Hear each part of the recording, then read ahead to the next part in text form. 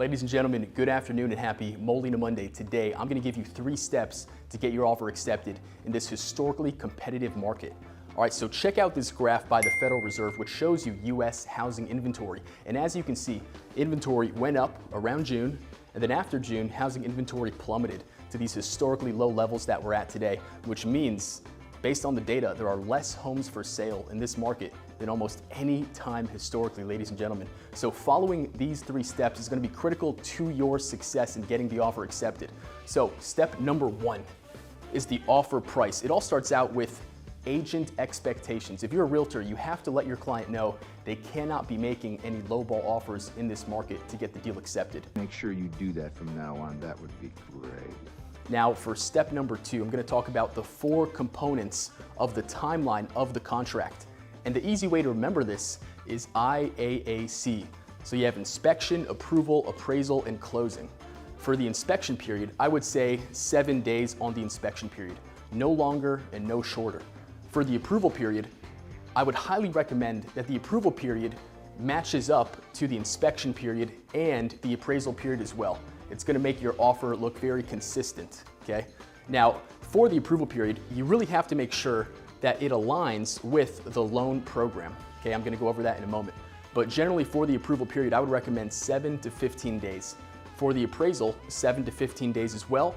And for the closing, this is very important. You have to know your client.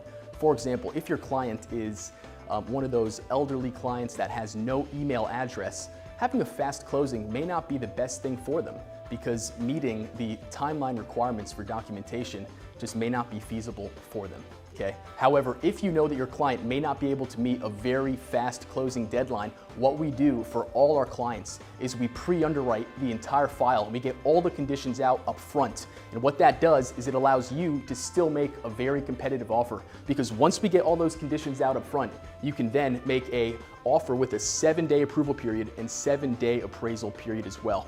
All right, now in regard to the closing timelines, it's all about the loan product. So for conventional and FHA, you can do your 10 to 17-day closings, just depending on the capacity of your client.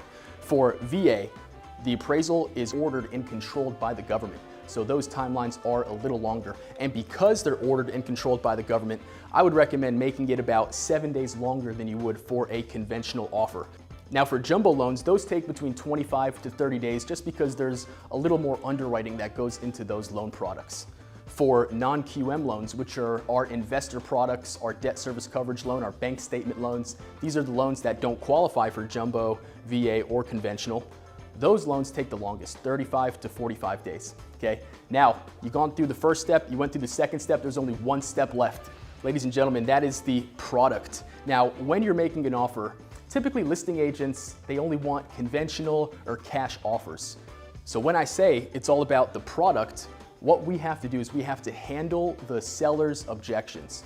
We have to let them know, hey, look, this person is approved FHA, but maybe they still can go conventional, but just being an FHA has cheaper mortgage insurance and a better interest rate, so it saves the client $250 a month. All right, so XYZ seller, we can still close in 21 days. We pre-underwrote the file. In fact, for this client, they're such a good borrower, we can close in 10 days, all right? We can still do that 7-day appraisal. So it's all about how you present it to the listing agent. Now, in regard to the presentation, you also have to keep in mind that speed is critical. If you see a house hit the market, usually the first person that makes an offer is in the mind of the seller more than anybody else. Just do it! It's kind of like the first car you bought. You generally will never forget that. Now, in regard to follow-up, check this out. 33% of deals under contract fall through because of inspection, borrower, what have you. They just fall through. So following up and making a backup offer can really be successful for you, especially if you are very thorough and clear in the communication to the seller as to how strong your borrower is despite the product. Now, last thing, ladies and gentlemen, is reputation. All right, it goes a very long way when you're able to say to the seller, hey, my client is pre-approved through the #1 lender in Palm Beach County, voted by the Palm Beach Post, who's a third party. All right, so it is our Palm Beach Gardens branch that was voted #1 by the Palm Beach Post in the entire county of Palm Beach. So that goes a very long way. And ladies and gentlemen, ask me for help when you're making the offer. If you want me to call the listing agent, if you want me to send him an email, let me know. We will make it happen for you. We are your partner in getting this deal accepted. All right, and if you don't have a partner in your lender in getting the deal accepted, your chances of getting the deal accepted are a lot lower. All right, so if you need anything, ladies and gentlemen, give me a call, 561-801-0260. 10-day closings, 7-day loan commitments, 7-day appraisals. I'm here for you. I'll talk to you soon. Take care.